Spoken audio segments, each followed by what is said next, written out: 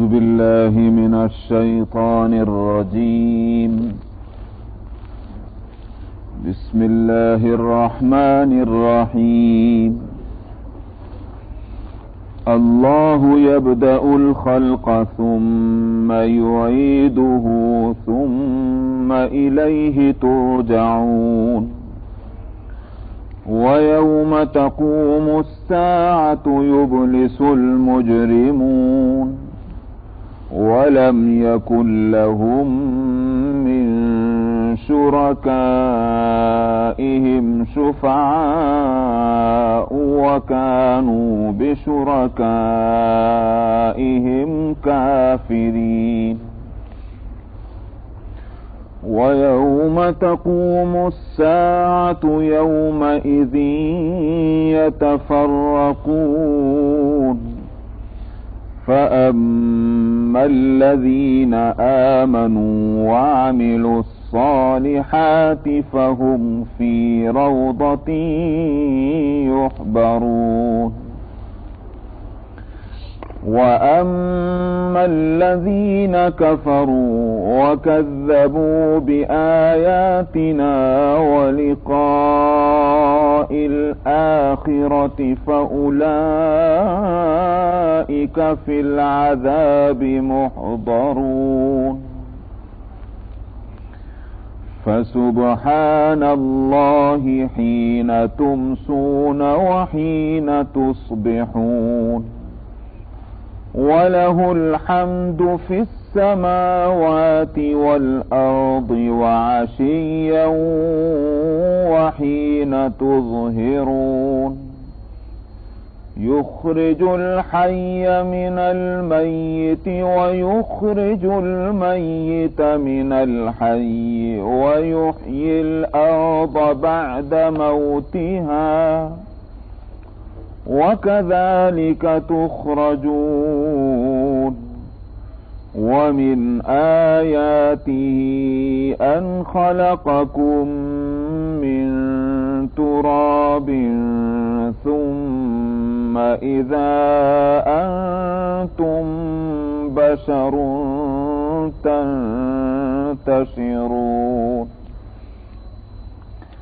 ومن آياته أن خلق لكم من أنفسكم أزواجا لتسكنوا إليها وجعل بينكم مودة ورحمة إن في ذلك لآيات لقوم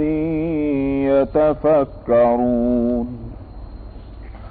ومن آياته خلق السماوات والأرض واختلاف ألسنتكم وألوانكم إن في ذلك لآيات للعالمين. ومن آياته منامكم بالليل والنهار وابتغاؤكم من فضله إن في ذلك لآيات لقوم يسمعون. ومن آياته يريكم البرق خوفا وطمعا وينزل من السماء ماء فيحيي به الأرض بعد موتها إن في ذلك لآيات لقوم يعقلون. ومن آياته أن تقوم السماء والأرض بأمره ثم إذا دعاكم دعوة من الأرض إذا أنتم تخرجون وَلَهُ مَن فِي السَّمَاوَاتِ وَالْأَرْضِ كُلٌّ لَهُ قَانِتُونَ وَهُوَ الَّذِي يَبْدَأُ الْخَلْقَ ثُمَّ يُعِيدُهُ وَهُوَ أَهْوَنُ عَلَيْهِ وَلَهُ الْمَثَلُ الْأَعْلَى فِي السَّمَاوَاتِ وَالْأَرْضِ وَهُوَ الْعَزِيزُ الْحَكِيمُ صدق اللہ العظیم۔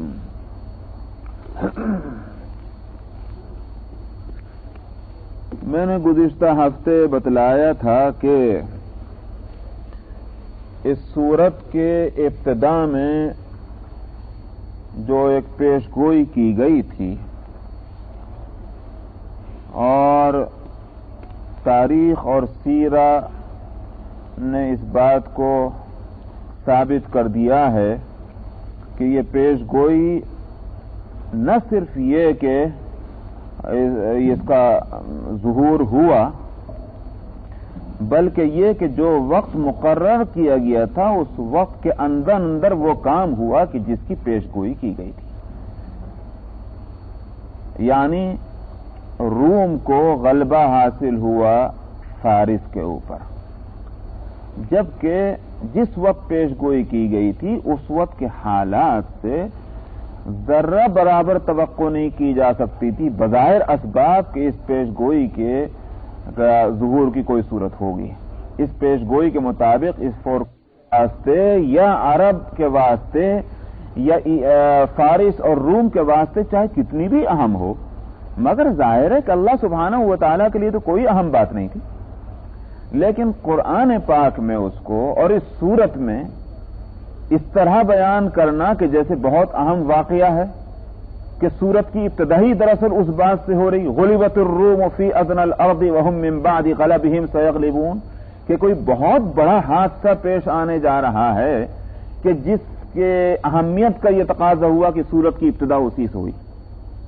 تو مجھے بتلانا یہ ہے کہ وہ واقعہ جو ہے روم کے کامیابی کا فارس کے مقابلے میں وہ اپنی جگہ بلا شبہ اہم، مگر اس سے قرآن جو نتائج نکال رہا ہے وہ نتیجے جو ہیں وہ اس واقعے سے کہیں زیادہ اہم ہیں، اور وہ نتیجہ نکلنا ہے دراصل عقیدے کا۔